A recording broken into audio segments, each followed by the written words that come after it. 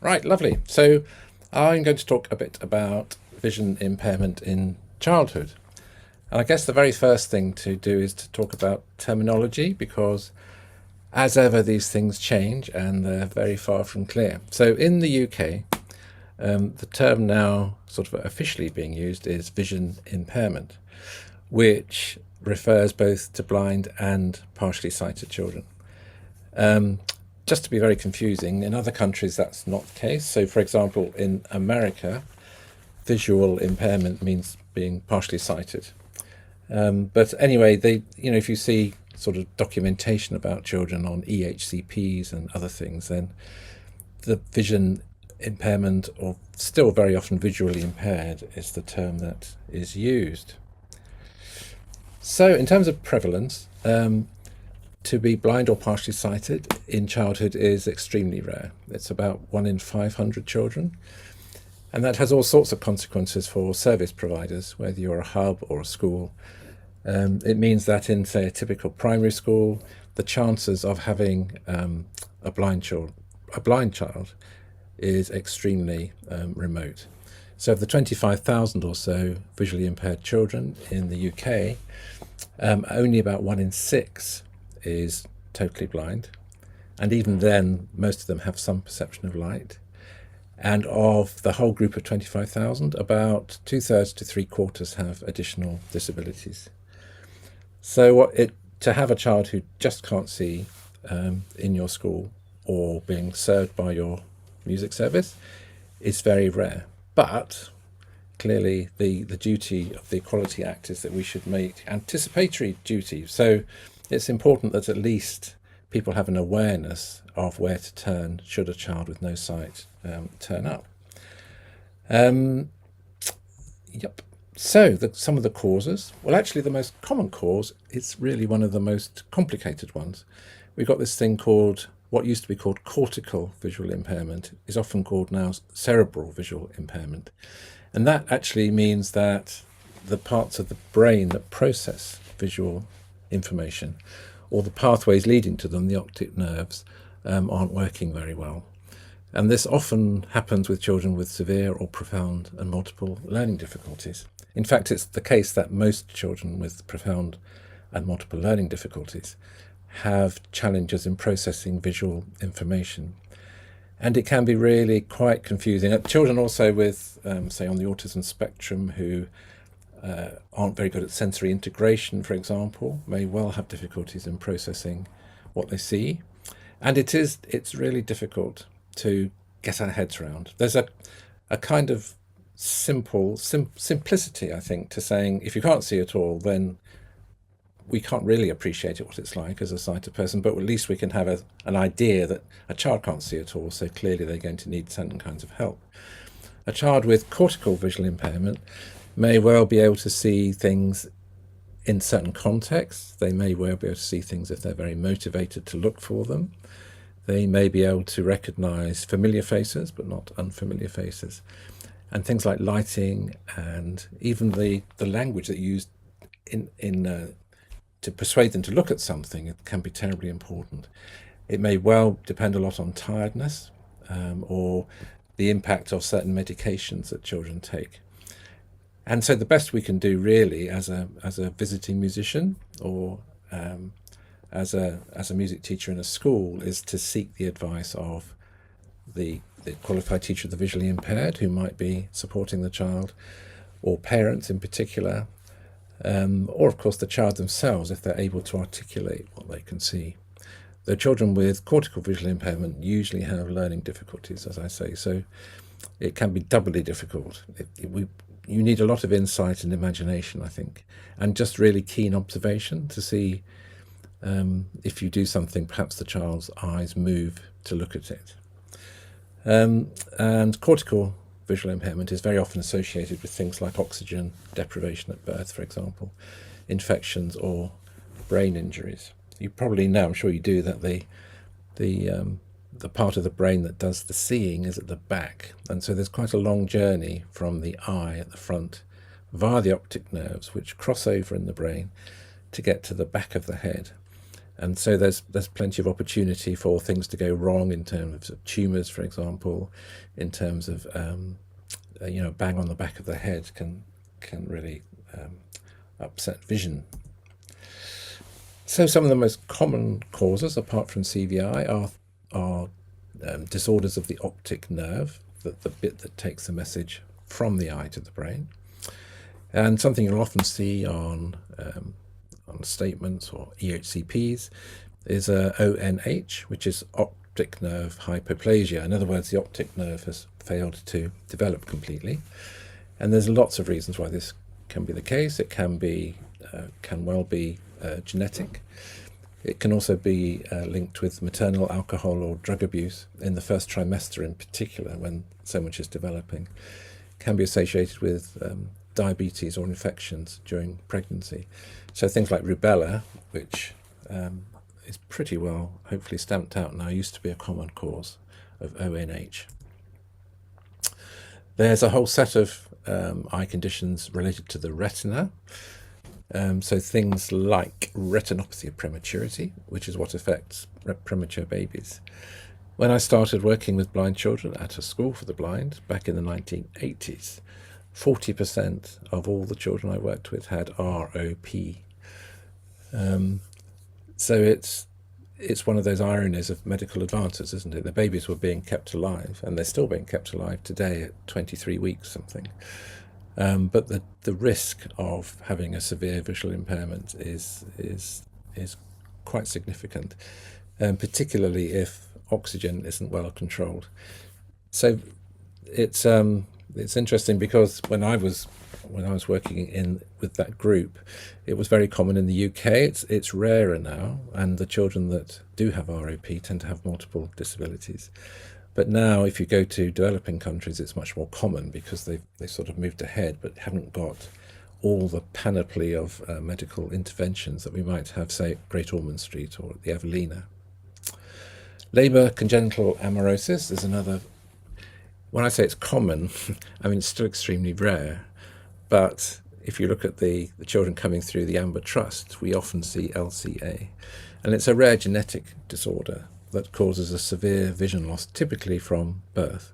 It's also deteriorative, so you see children who maybe got perception of light, for example, or can see bright colours when they're a toddler, but by the time they go to school that might have disappeared. And certainly by the time they're adults, it may well have gone.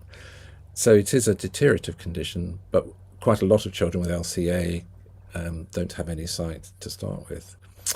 Very interestingly, it's I think the first condition that's been subject to genetic interventions, and there's quite a lot of interest now with genetic interventions in the UK, I think, as well. It's been going in America for some time.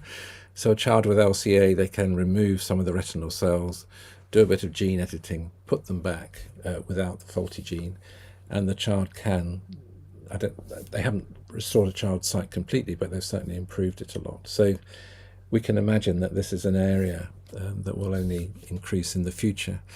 Up until then, if you had a retinal disorder, that was probably it, unless your retina had come off, as in diabetic retinopathy, in which case there were techniques for getting it back on using lasers or cryotherapy.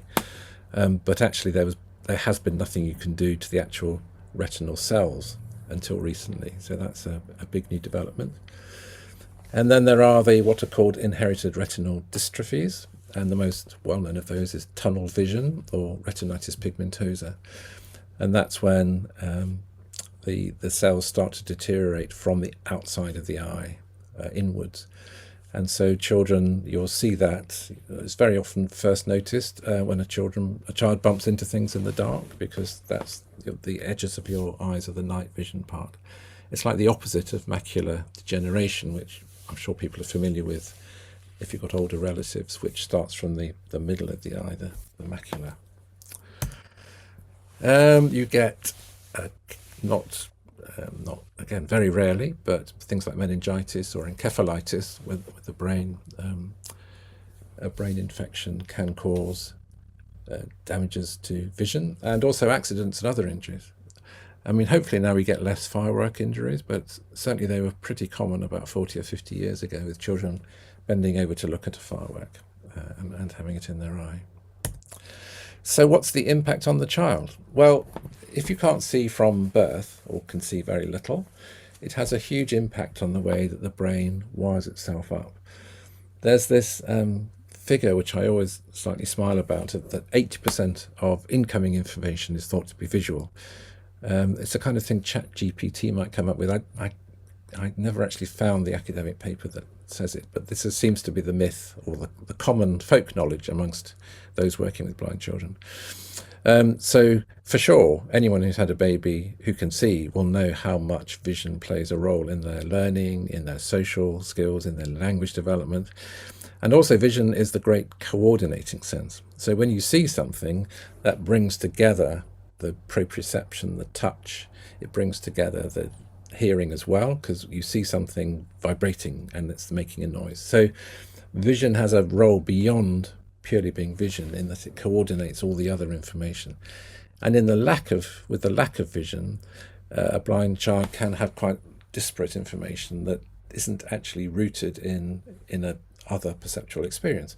Typical example being, the child may hear, say, the Hoover or the dishwasher, but until they've gone and touched the Hoover or the dishwasher, they'll have no idea what it is. And even as adults, blind adults, still there's lots of sounds. They might not know what they are because they've never actually experienced seeing them or been told what they are. Language is typically visually driven, and I always say it's a miracle, really, that a child who can't see from birth actually develops language, because language is so visually driven. And if you don't have the visual concepts to go with these blobs of sound that we call words, then how does a child who can't see learn meaning in language? And it can be a challenge. With some kids it's just not a problem, but quite a few have echolalia, which is this thing where you repeat words and sounds and phrases without attributing any semantic meaning to them. And music can be really, really, really helpful in terms of helping structure language, helping socialization, and coordinating movement. But we can talk about that if people have questions.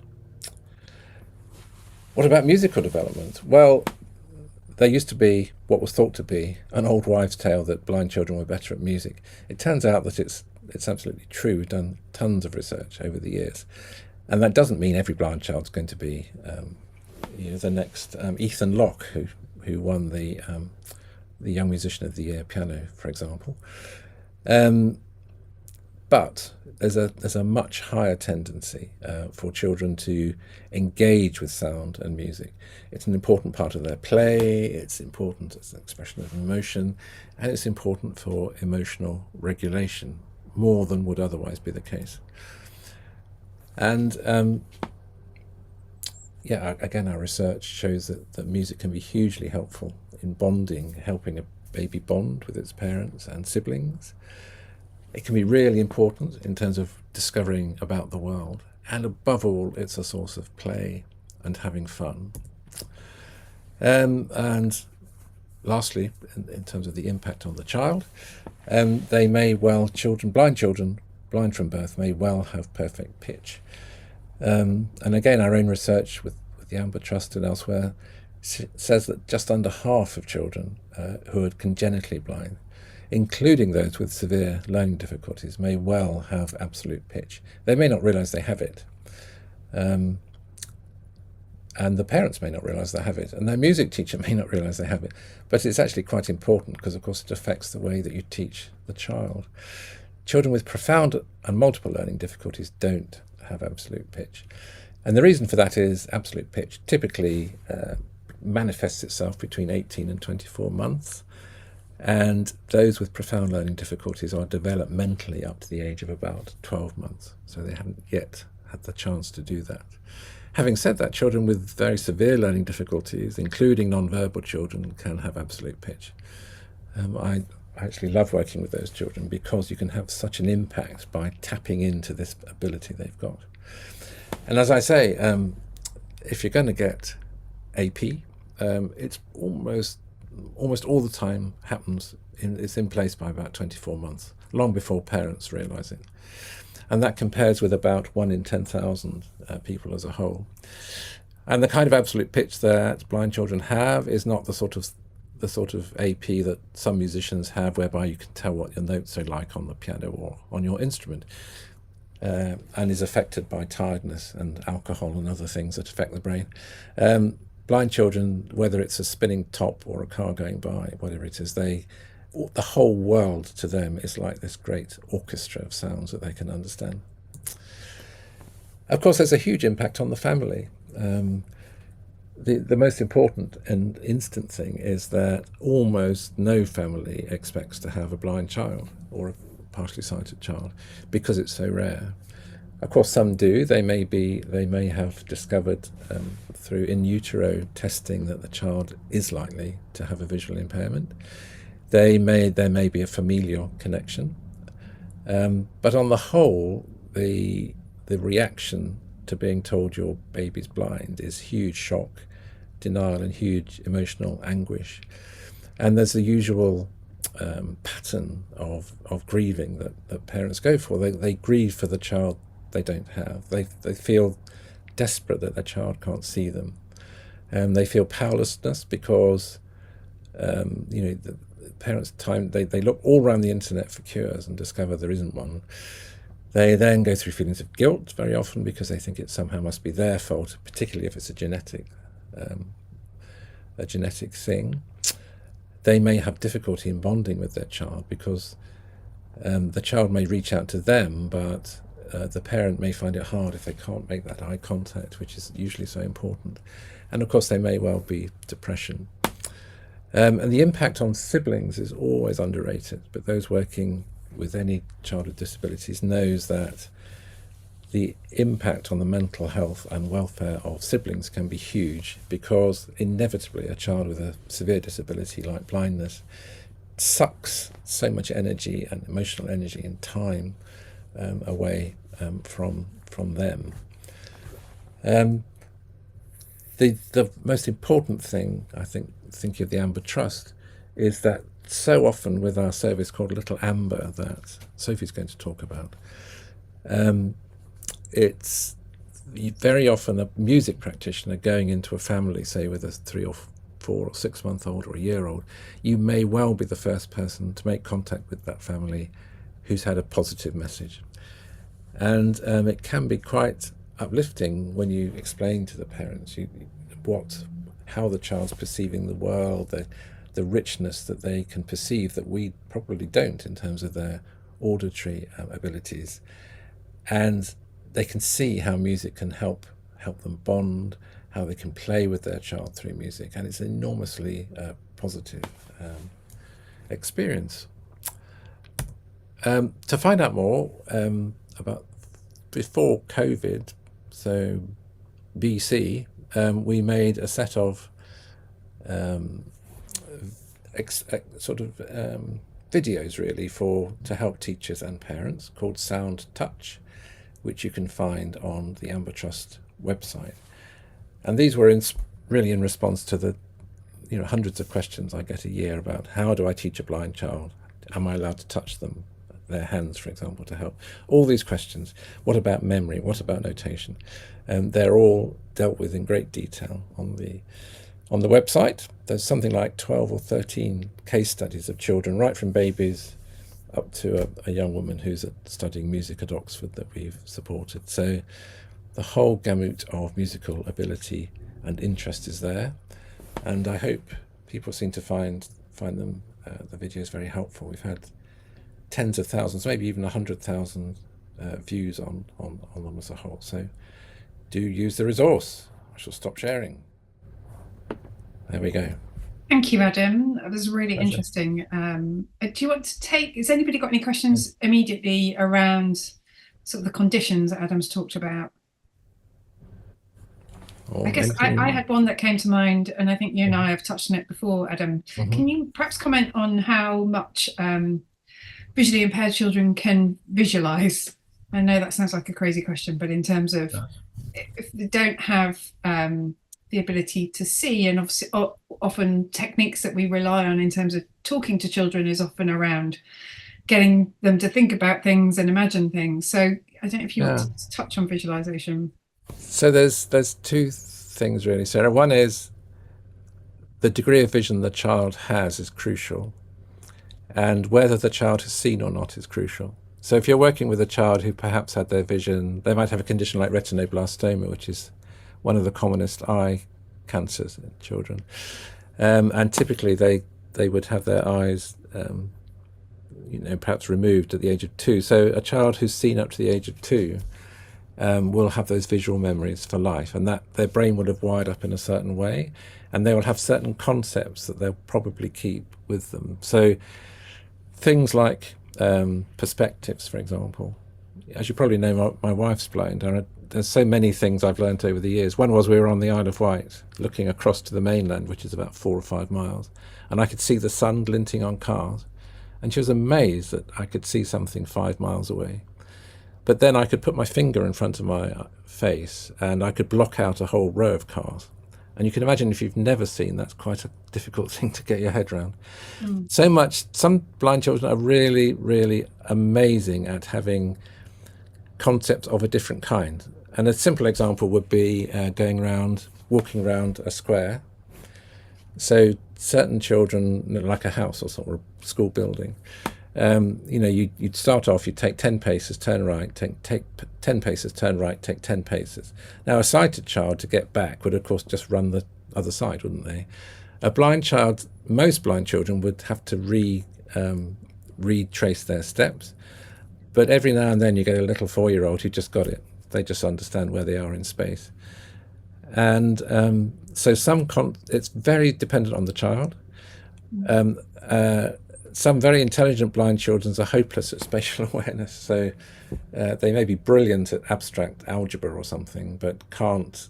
If they had something on the table and you turn their back to it, they wouldn't be able to reach behind them and find it. They'd be too confused. And yet other children, including those with learning difficulties, can be geniuses at getting around because they've got such a good abstract model. So I suppose what I'm saying is the brain compensates, and the degree to which it compensates can be extremely variable, and it's particularly susceptible to degree of vision and whether or not there's any visual memories to go on. So in other words, there's no shortcut to knowing the child, in other words. No, and I guess that's the point, isn't it? That you need to know, you need to talk to the child that you're working with if they can tell you. Yeah. And if it's about getting to know the individual. And some of them don't know how they do it. So I was working with Derek Paravicini yesterday. He's 46. I've been working with him for 40 years, and for the first time in 40 years, he finally plucked up the courage to walk along a street on his own with his cane. I've got the video of it, which I'm going to post all over the internet. I'm so proud. And Derek has no idea really conceptually about what he was doing, but he was avoiding all the lampposts because he could hear them. He was avoiding any obstructions. He just walked with his cane kind of down the middle of the pavement. And I know what he's doing. He's using echolocation to find things and to work out where he is, but he doesn't know he is. So some children, there's a guy called Daniel Kitch who does a lot of this stuff. He can hear, lamppost at 10 meters or something, and he can explain how he does it. But most young children who are blind, you'll see they don't. Some crash into everything, but some children just seem to avoid everything, and it's because they've got these other skills that they may not even be aware of. So, yes. Thank you. That was really helpful. Sorry. Hi, Gareth. Oh, you've moved on my screen, which is confusing. Yeah, I'm just going to ask you about the absolute pitch thing that you mentioned, because I got a little bit confused. You said you work differently with people with absolute pitch. Do you mean that for people with visual impairment or just all people? All people, yeah. So, because I work a lot with autistic children, as you know, and something like 10% of autistic children have absolute pitch as well. Almost always unrecognized, because these are the children that when you go into a school, they're the ones with their fingers in their ears moaning under the table. And I'm not being flippant, I mean moaning to block out sound. And when you ask the teacher, they say, no, they hate music. They just scream when I play music. And of course, it's not that they hate music, they love it too much. And so it may be they don't like your music, thanks very much, or they don't like your voice, or they don't like the way you play the violin. That doesn't mean they don't love music very much. They're just very, very sensitive to it. Yeah, I have a student like that, and he spent a whole term with me. And yesterday was his first lesson to tolerate the whole lesson with me. Sure. So that took a term. And yeah, I believe he's just like that. And yeah, so I just wondered if you were discussing it like that. So is there anything that you do differently then Yeah. with this? I mean, for my thing with this young person, one thing that was a really good barrier was taking him outside and doing the Right. lesson outside. So it just Yeah. didn't have the reverberation of the horrible sterile room. Yeah, I mean, a lot of the children I work with have various forms of ear defenders. And there are very sophisticated ear defenders now that will knock out certain frequencies if the child finds them distressing. They also look quite cool because you can get ones that look like iBuds or whatever they're called. I don't know. I still have old-fashioned headphones. But that really, if the child will tolerate it, it's hugely helpful. And they are, as I say, you can get digital ones that will just cut out the frequencies that children find upsetting. In terms of pedagogy, in terms of teaching, if the child knows what all the notes are, it just means it just takes out a whole raft of needing to explain things. Because when I play them a piece, for example, they know what all the notes are. So then we can focus a lot more on technique, on expression and that kind of thing. Notation, although most of the children I work with don't use notation, absolute pitch also helps notation because it means that when they look at a note on the stave or through Braille, it makes a sound in their head. It's not just an approximate thing, they can actually hear it. And so when you come to a code like Braille, which is all about memorization, because you read the Braille, you learn, you hear the music, and then you play it. Yeah, I also have a means, student that's doing Braille stuff, oh, great. very young. Mm-hmm. And I was pulling all the blinds up in the classroom the one day because we were working with the whole class. They're only like 6-year-olds. And the teacher was Yeah. like, don't do that because I didn't realize that that was helping him adjust his vision. But Oh, right. Yeah. So yeah, so he's what you call photophobic, yeah? who know? Is he an albino child by any chance? No, but he's very much again, like you say, with the autistic spectrum too, and some of the things that with the way he was understanding the braille and explaining that to me was just fascinating. And then we did a changing dynamics thing with the class, moving objects to change the dynamics. And of course, I didn't realize that again, that was just too hard and that type of thing. You know, I'm picking up a lot as I'm going along with this. But thank you for the That's a pleasure. information. I mean, it really does help, and it's not patronizing or insulting to the children just to close your eyes for more than 2 minutes and just see how hard life is. Try getting dressed in the morning if you can't see in the dark. You know, I always end up with odd socks and pants the wrong way around. Or just try preparing a meal with a blindfold on. Then everything, you know, you just have massive respect for the kids. And the compensation is memory, typically absolute pitch, and just an understanding of communicating through pure sound, which is so fantastic. If you come to an Amber Trust concert, everyone's incredibly moved because these little kids who can't see, there's 300 people in front of them, and they absolutely nail it. It's extraordinary. Anyway, I better shut up because Sophie's waiting to. Thank you, Adam. Stuff. So I'm going to hand over to Sophie from the Amber Trust, who I think is going to talk a little bit about Amber services and how music hubs can get involved. Thank you, Sophie. Thanks, Sarah. I'm just going to try and share screen. Is that working properly at your end? Yes. Great. Yeah. Thank you very much for inviting me, and it's great to have an opportunity to talk to hubs. Adam has done the really interesting bit, but now I'm going to do the stuff that's possibly a bit less interesting in terms of telling you about what we do at Amber and the services that we can provide. But I think that it's really important that hubs know about this stuff.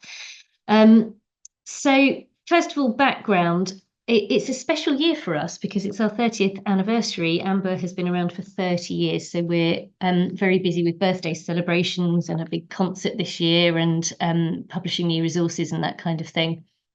Over the last 30 years, we have become the only national charity dedicated to supporting vision impaired children with their music development and education.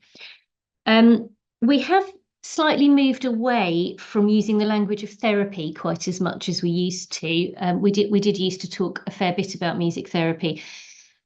It's not because we don't have a huge amount of respect for music therapy, and we know that a lot of the music education we provide through Amber does have lots of therapeutic benefits. But what we're really interested in is musical development at whatever level is appropriate for an individual child.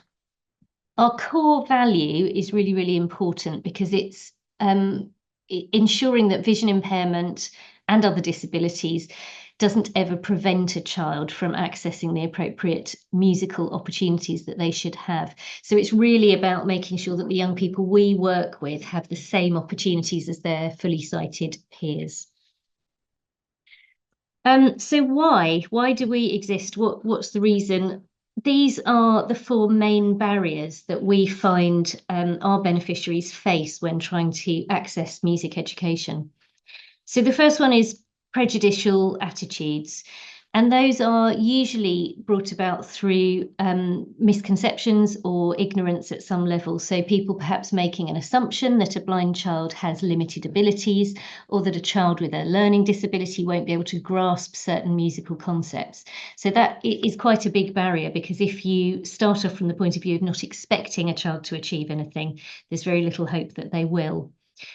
The next one is lack of financial resource. Many vision impaired children in this country live in relative poverty, probably more than half.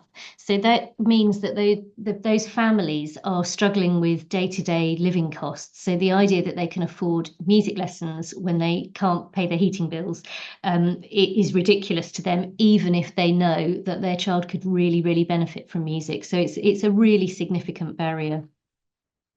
A lack of knowledge and skills among teachers is a really big one, and that is by no means a criticism of music teachers. As Adam has just said, it's really rare to come across a blind child in your music lesson or in your roster of instrumental students. It's really unusual, so you wouldn't necessarily have those skills or the knowledge that you need in advance, but knowing where to go for that really important information when you are faced with a child like that is really important. And the final one is a lack of physical resources. So this is things like specialist notation, braille music, assistive technology, those kinds of things that lots of children just don't have access to, even though it could be really beneficial for them. So Amber does a lot of things to try and get over those barriers, to make sure that our young people are not affected by those barriers that we have seen. I'll talk you through some of our key services, and the first one is our music awards. So these are designed to support individual children. The music awards have always been at the core of our offer. Families can apply for their child to have a music award, and that will pay for the cost of their instrumental lessons or vocal tuition. It'll pay for instruments, specialist equipment or technology, and also sometimes for trips that they may need to get to concerts or to holiday courses, that kind of thing. And the children who are in receipt of a music award are really, really varied. They go from very beginner musicians right up to advanced musicians. So we've got some children who are at the really very start of their learning journey. They might be kind of grade 1 on their instrument. They might be just exploring sound for the first time. We've got others who are really, really advanced musicians and who might go on to conservatoires. And we've got absolutely everything in between.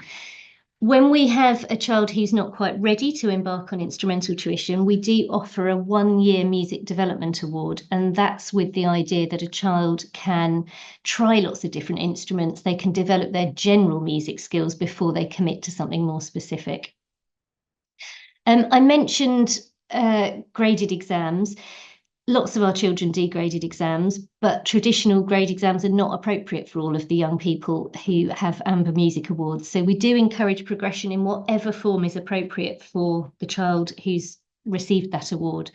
And this year we do have a group of pupils who are trying out the new Trinity Awards and certificates in musical development with their Amber teacher. A really key aspect of our awards is that they provide long-term support, and that's really what sets us apart from other music charities, in that a child can reapply for support from us for as long as they want to and as long as they're making progress right up until they turn 19. We're currently supporting around 320 children across the UK through our music awards. Little Amber. And this builds quite nicely on what Adam was talking about in terms of when a family learns that their child is vision impaired, which, as Adam has said, can be a real shock.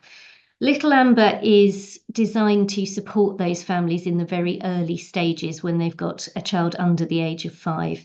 And it can really, really help with developing the child's musical skills, but also using music to advance other areas of development. So the families themselves will have a lot of new skills to learn about how to communicate with their child, how to bond, how to teach their child day-to-day skills, and that can all be achieved through music. So we provide 8 hours of home visits from a trained practitioner, plus really importantly, we send them resources as well. They get a selection of instruments and they get our little Amber cards. And those cards enable the families to carry on their music making in between their home visits so that they can really build music into everyday life. Another thing to mention about Little Amber is that it's really important to us in terms of identifying exceptional musical potential.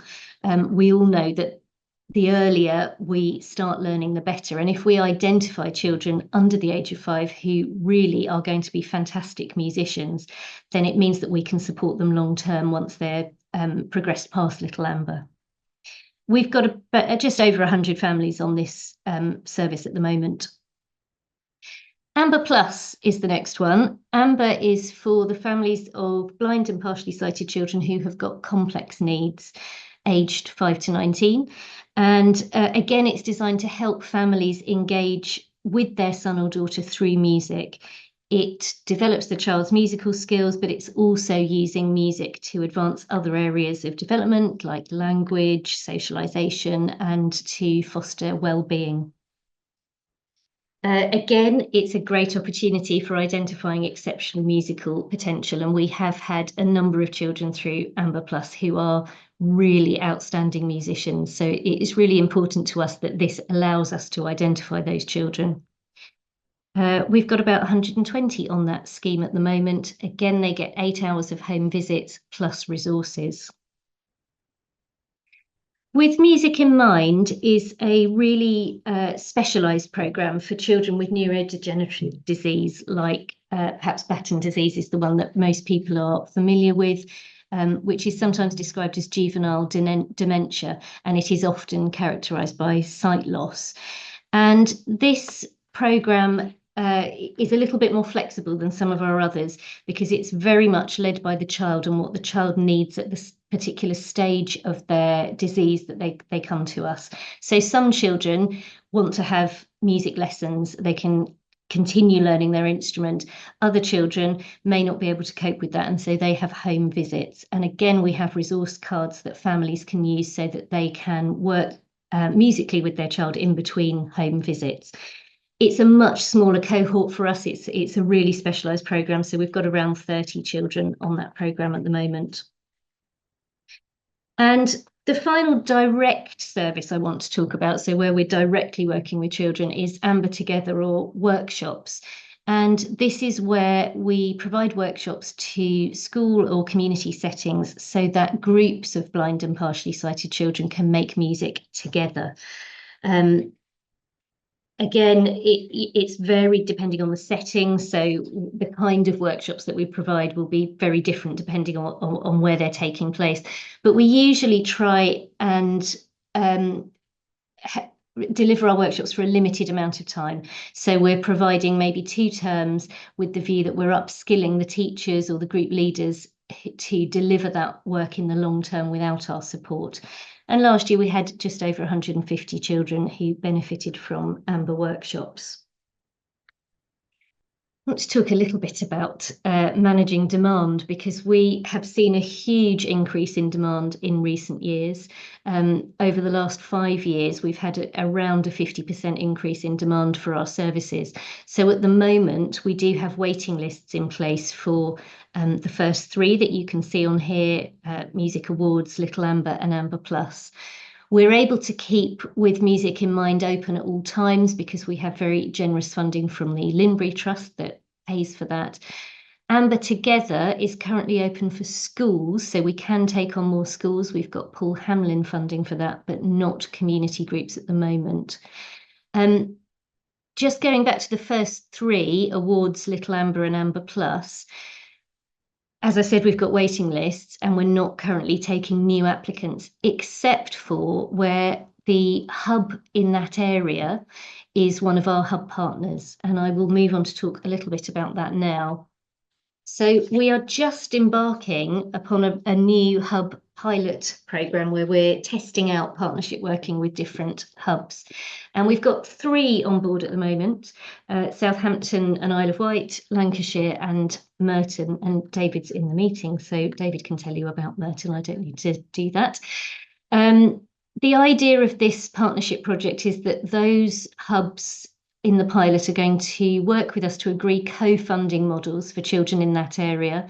In some cases, that will use existing remission schemes. So we may part fund the child's lessons, but they'll access remissions through the hub's usual schemes.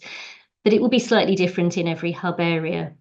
We're also working with those partners to help us create a new AMBER mark for hubs, which will really be about telling people publicly that you are ready to welcome vision impaired children at your hub. So telling them that you have considered this, you've thought about teachers who might be able to support them, you've thought about training, and we're going to help with all of that. We're going to be providing training for hub staff. We're going to be helping those hubs develop progression routes for blind and partially sighted children, thinking about improving their access to ensembles. We're still looking for partners. So if you are watching this perhaps at a later date and thinking, I would be interested in this for my hub area, please do get in touch. We need to have all of our partners in place before September 2025, but we are definitely able to take on more partners for the pilot phase. So do please get in touch if that would be of interest. I also want to just tell you a little bit about some of our resources. So obviously in an ideal world, all of the hubs in the country would be partners, but even if you're not a partner, there are still things that we can provide to support you in your hub area. And the first one of those is Sound Touch, which Adam's already talked a little bit about today. It is a really, truly fantastic teaching resource. It has got the video case studies, stories that Adam mentioned, but also a lot of written guidance as well. And if you find yourself in a position where you have been presented with a child with a vision impairment for the first time, this is the one-stop shop for all of the information about how to approach that task. It will help you think about really practical things like how to set up your teaching space or how to get across different elements of technique that you want to communicate to that child. But it'll also help you think about resources, about pedagogical approaches. It really does cover everything. So if you haven't found it yet, do please visit our website and have a look at Amber Sound Touch. It's completely free to access to anybody and it's used all over the world. I also want to tell you about our new teacher directory, which we are expecting will go live in May of this year. This has been funded by the RNIB and it's an online teaching directory where you can search for a teacher or practitioner anywhere in the country who has experience of teaching children who are blind or partially sighted. So if in your hub area you really want to increase your workforce and include people with these kinds of specialisms, that might be a really good starting point. So keep an eye on our website for that. It will be going live in May. And I also want to tell you about the Mugo. This rather odd looking bit of kit here is actually something really quite exciting. For the last year, 2 years, we've been working to design and develop a brand new musical instrument, and it's called the Mugo, and it uses sensors to detect movement and then trigger sounds in response to that movement.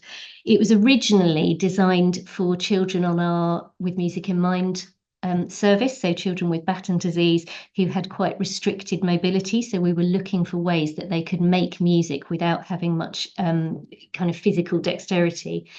But actually, once this had been created, it became very quickly apparent that it could appeal to a much, much broader audience. And so we are now developing it further so that we can make it available to anybody who could benefit from a Mugo. For anyone who knows what a sound beam is, it's a little bit like that. There are some similarities in that it produces a beam and the movement through that beam is what triggers the sound.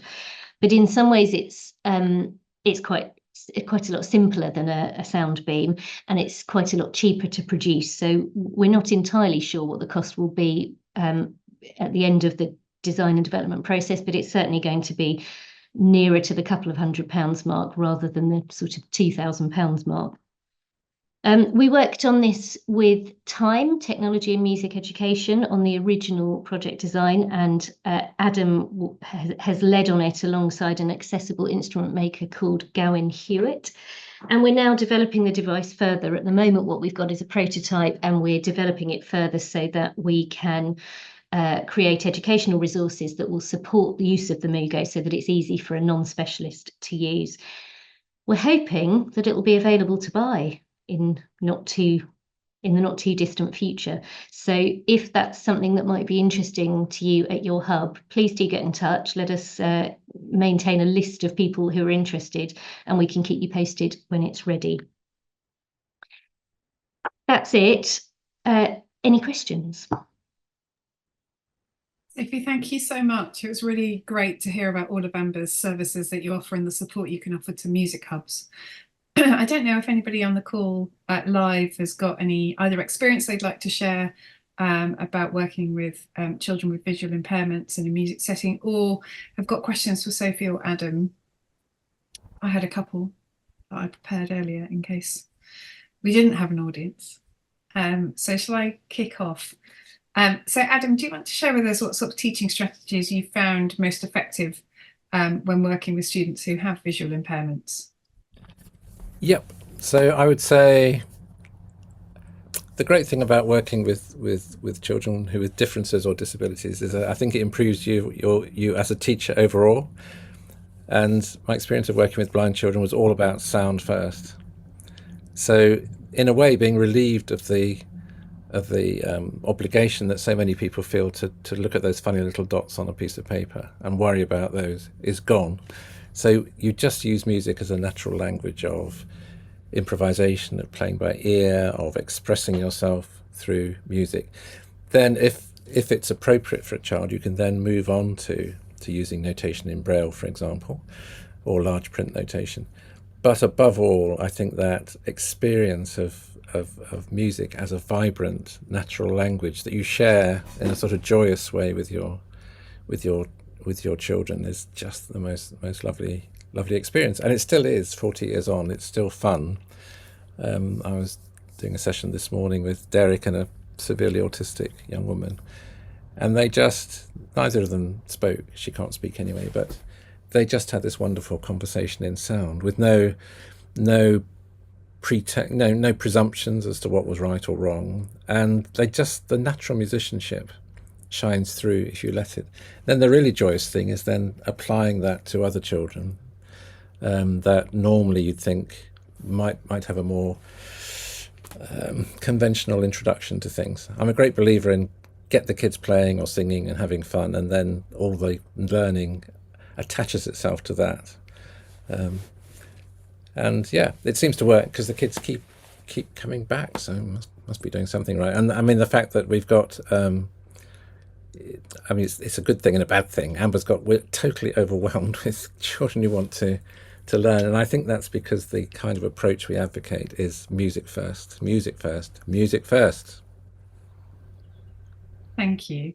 Oh. I saw lots of nodding heads then. Sophie, did you have a question or Adam? Just to say that we've got a couple of teachers that work for us at Music Service who work also for Amber, and who have also explored sound touch, and they've said exactly what Adam said, that the skills are absolutely transferable, and have kind of taught them a lot about all of their teaching. And particularly with sound touch, we had a student in mainstream school who was in a whole class lesson, and Delith, I think, maybe got in touch with you, Adam, but also looked at the sound touch resource and kind of was informed by that, and they worked out the system where they would do videos for him and his TA to work on between lessons and things like that, and they, you know, he was able to continue in whole class, and it was so valuable. I did have a question for Sophie about the Amber Together.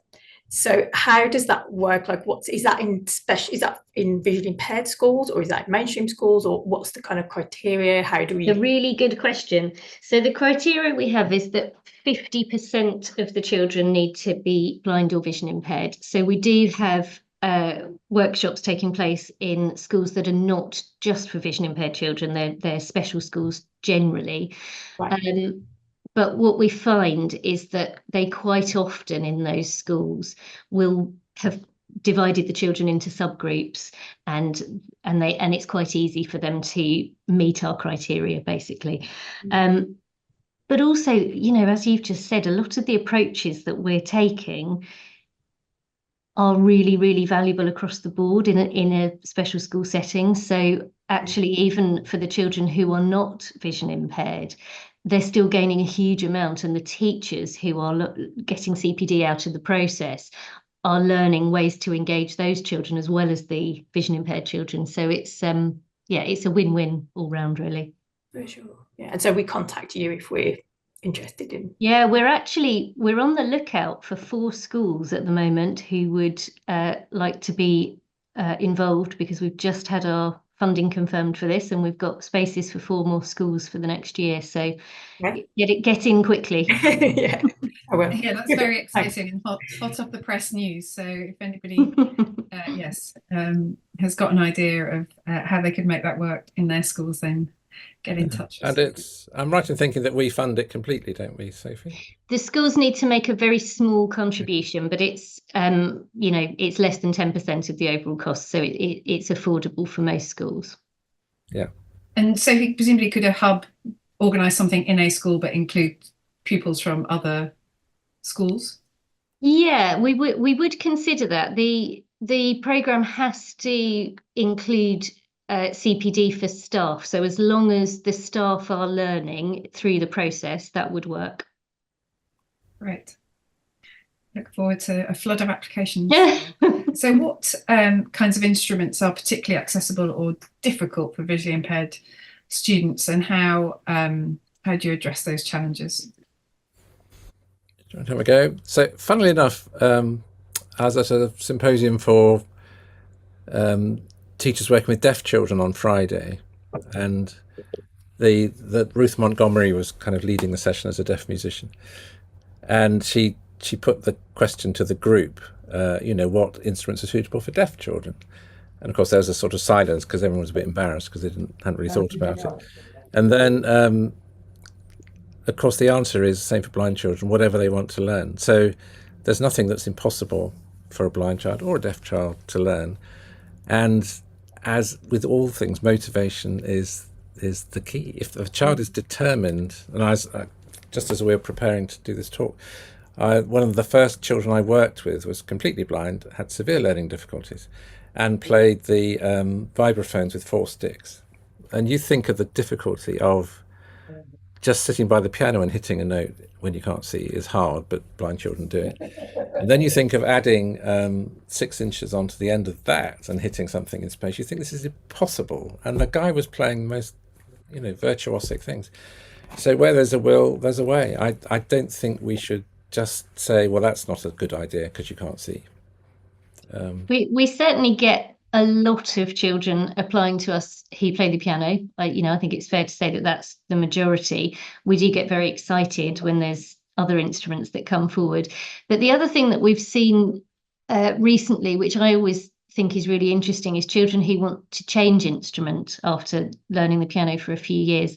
And I think that's, that kind of echoes what Adam's saying. It's whatever is really interesting that child at that moment. And if they've learned some skills on the piano and then thought, actually, this isn't for me, I want to try this, then we want to support them with that. And I think that kind of sideways progression is just as important as progressing on one instrument. Yeah, and I would say, and I do say it unashamedly, I was always embarrassed earlier, but I think the keyboard is just a great starter because it shows you, if you've got profound and multiple learning difficulties, you can get a sound out on the keyboard. If you're, an Ethan Loch playing Chopin piano concertos, you can also use the same instrument. It's suitable for everybody. And also for a blind child or a sighted child, the whole of music understanding is there laid out in front of you. Implicitly, you don't need to explicitly understand music theory to see it in action, and you can play the simplest music or the most complicated music. Then I think having got that, then I think it's a great thing then to go on to play other instruments, because if you're playing the oboe or the clarinet or the violin, there's not a kind of one-to-one connection between movement and sound, which there is on the keyboard. And once you've got that one-to-one connection, it's then easier to pick up another instrument and figure out how, on the oboe, sometimes you take a finger off and the note goes down. It's just there's a kind of counterintuitive approach to it. Whereas on the piano, notes always go up if you move to the right and always go down if you move to the left. So that's what I would say. But it's lovely, isn't it, Sophie, when people do take up other instruments? And I think it's true to say over the years we've had everything: clarinets, flugelhorns. Can't think of anything we haven't had, actually. Cellos, violins. I've recently had a case study about one of our children submitted to us, which actually I haven't shared with you yet, Adam, but I will because it's lovely. And it's a child who plays both the piano and the oboe. Oh, nice. And the parent was explaining in this case study that when this child got to secondary school, she felt really, she was struggling with social interactions because she was missing lots of visual cues that her friends were understanding. So she was missing out on jokes and things. And this parent is convinced that having the two instruments has really helped with that, because she's been able to join clubs at school, like orchestra, but she's also been able to join make bands. She's in a couple of different bands playing the keyboard, and she's in really high demand because everyone's a guitarist and they really desperately want keyboard players. And having the choice of those instruments and being able to dip in and out of the orchestral things but also do band playing has transformed her social life, as well as being really valuable from a music point of view. So it's just a lovely story. Yeah, fantastic. I'm so pleased. Yeah, that is probably a great place to finish, thinking about time. I just did want to say one extra thing, which is, I guess, one of the advantages of the Mugo is that what it does is it starts to introduce digital music making for children with visual impairments. And we know that is, a really interesting area that able-bodied, typically developing children are making music using digital technology, and the Mugo will allow children who haven't been able to do that so far to join in and to create music inclusively. So we're really excited about that opportunity that the Mugo is going to bring. Yeah, and there's a whole new genre of music coming with the Mugo as well. So, but I think what we'll do is have a separate webinar about the Mugo, just to introduce it to everybody, share the videos, share some of the music, and talk a bit more about how people can get their hands on it. Amazing.